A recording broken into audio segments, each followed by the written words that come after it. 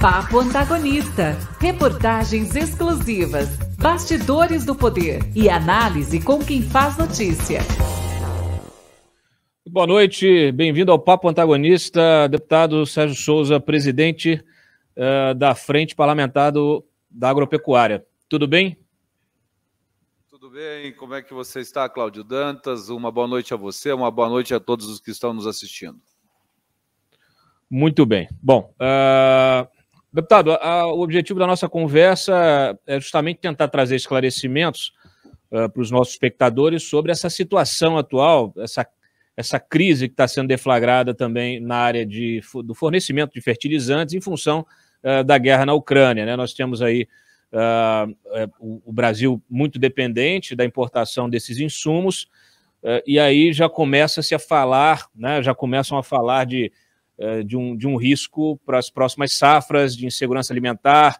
A ministra Tereza Cristina já está aí com algumas missões, né, estabelecidas para os próximos dias para tentar buscar caminhos alternativos para essa importação de fertilizante. E aí eu gostaria já de um esclarecimento seu no seguinte sentido: a gente tem algumas entidades do setor que falam que os estoques devem durar apenas mais 3 meses. A ministra falou que até outubro, mais ou menos, né? Então, como é que está essa situação agora? Qual é exatamente o risco que nós corremos em relação ao fornecimento desses fertilizantes? O Cláudio, muito boa a sua pergunta, e é até uma grande oportunidade de nós esclarecermos aqui alguns fatos, né? Comprar fertilizante não é ir numa gôndola de um supermercado e encher um carrinho e levar para casa, né? Nós estamos falando de um país que é um gigante produtor de alimentos, e nós alimentamos 210, 15 milhões de brasileiros e exportamos para alimentar quase mais 1 bilhão de seres humanos aí ao redor do planeta, né? E nós consumimos uma enormidade de fertilizantes, 40 milhões de toneladas. Nós estamos falando quase 1.000 navios.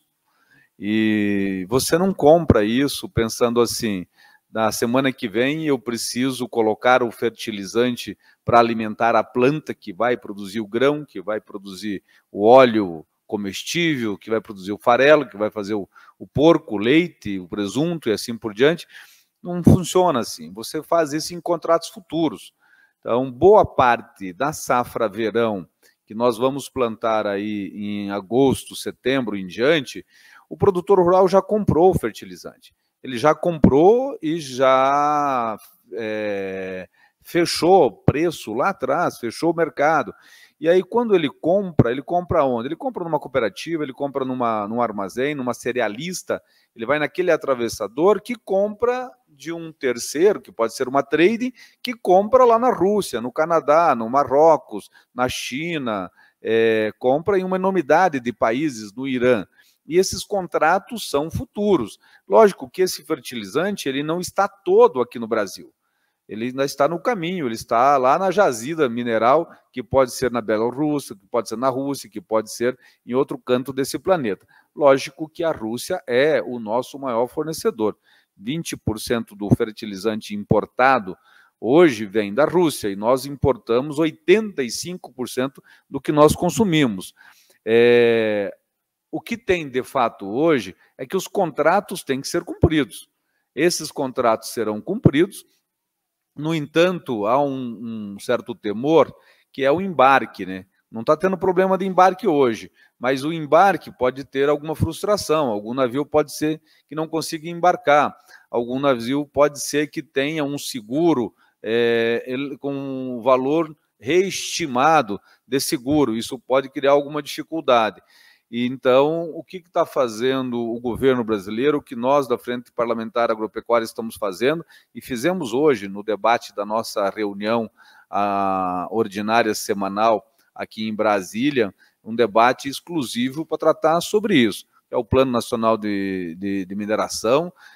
Nós queremos encontrar uma solução para que nós venhamos dar agilidade na exploração de novas jazidas, que não vai resolver o problema de imediato. Qualquer ação de uma exploração de uma jazida nova vai pelo menos 3, 4, 5 anos para chegar ao consumidor no final, né?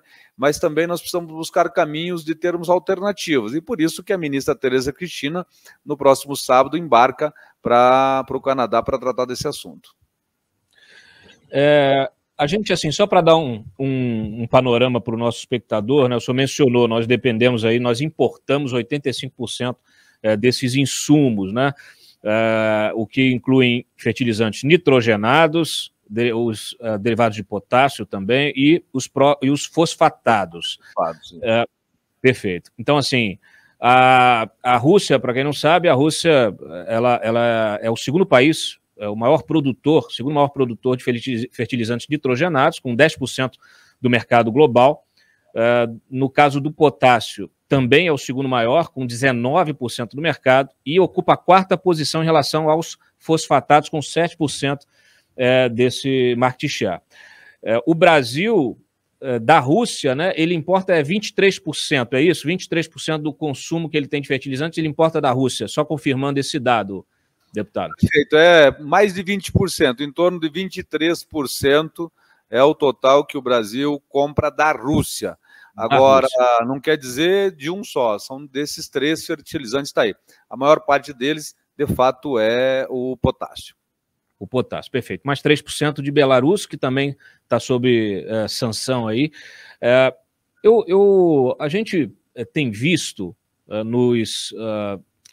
nas últimas semanas, em função desse debate, um questionamento, até esse questionamento começou durante a viagem do presidente Bolsonaro à Rússia, né, em função do acordo que ele até divulgou, a ministra Tereza Cristina já havia também feito a divulgação de um acordo com uma empresa russa para terminar uma planta industrial que tem no Mato Grosso do Sul. E aí, dentro desse debate, muita gente começou a se questionar por que a Petrobras, nos últimos anos, fechou diversas plantas, acho que me corrija se eu estiver errado, acho que umas 3, né, umas 3 ou 4 fábricas de fertilizantes.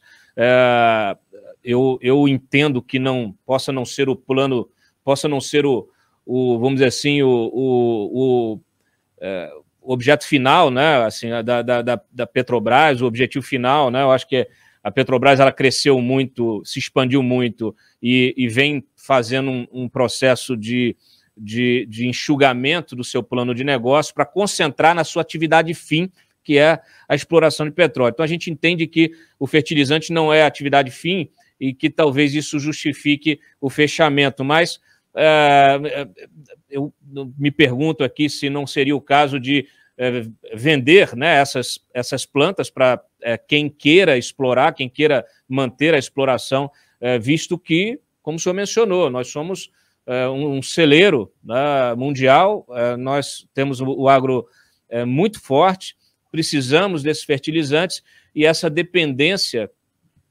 internacional, agora com esses acontecimentos, ela fica muito exposta e nos traz muita insegurança, né? A gente sabe insegurança alimentar, inclusive. Eu acho que até assim, hoje a gente teve um debate muito forte em relação, tem visto, né, a Europa sofrendo muito com essa dependência do gás russo, né? Os Estados Unidos aí conseguiu abrir mão do gás do petróleo russo, porque depende muito pouco do petróleo russo.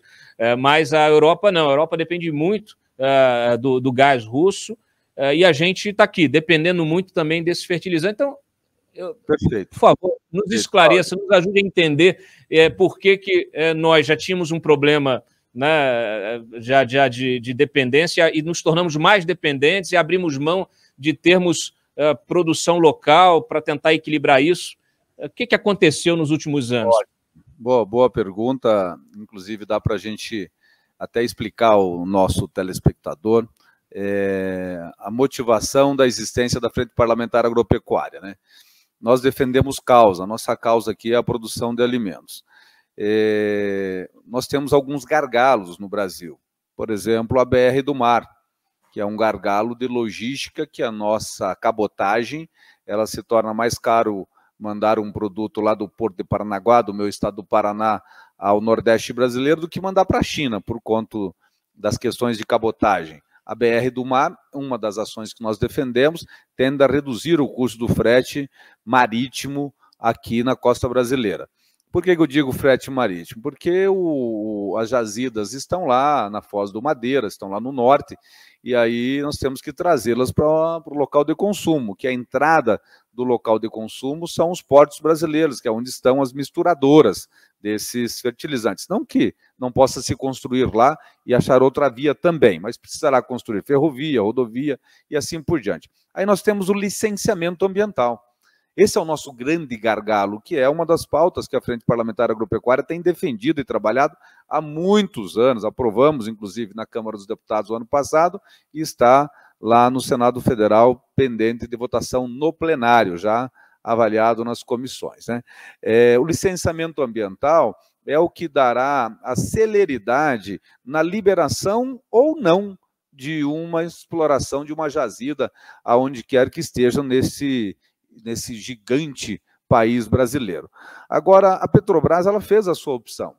No momento em que era mais barato trazer da Rússia, da China, do que produzir no Brasil. E por que é caro produzir no Brasil? É logística, é licenciamento ambiental, é transporte aí marítimo, que é mais caro, é portos ineficientes, é falta de ferrovia, é toda uma burocracia. Nós todos conhecemos a história da linha de transmissão Manaus-Roraima.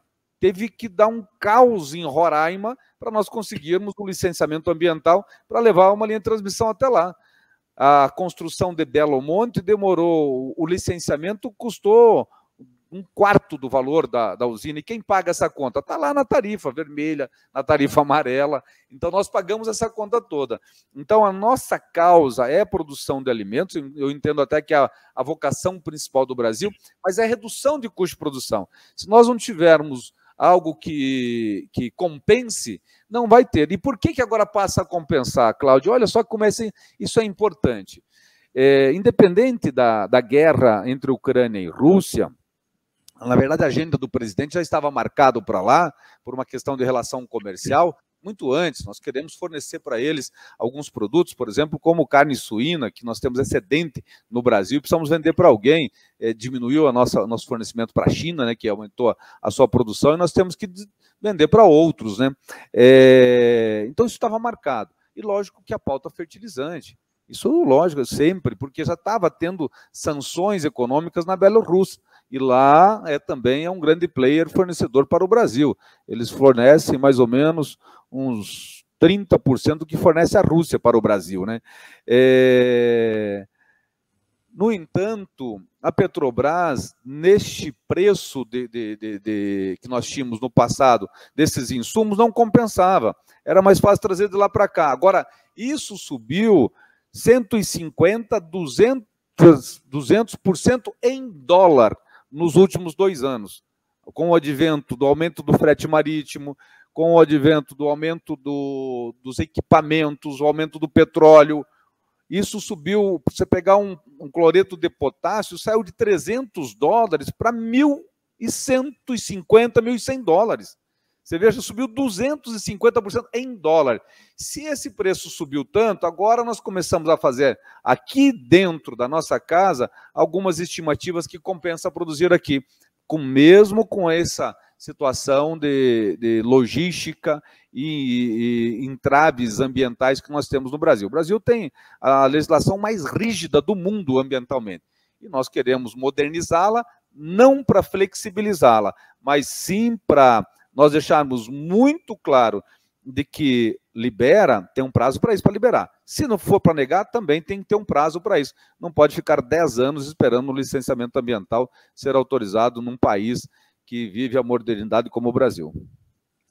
Mais cedo, o vice-presidente da bancada, o deputado Evair de Mello, apresentou um requerimento para a instalação de uma comissão externa de acompanhamento dos impactos econômicos para o agronegócio, justamente em decorrência desse conflito aí. Qual é o objetivo mais urgente nesse trabalho da comissão? O que o senhor vê como a maior urgência, onde está aí, de fato, o ponto vermelho, o sinal alerta vermelho? Olha, do ponto de vista diplomático, acho que o Brasil tem feito o seu papel, né? Tem o Estado brasileiro, através do seu chanceler, ele tem dado as respostas que a sociedade brasileira precisa.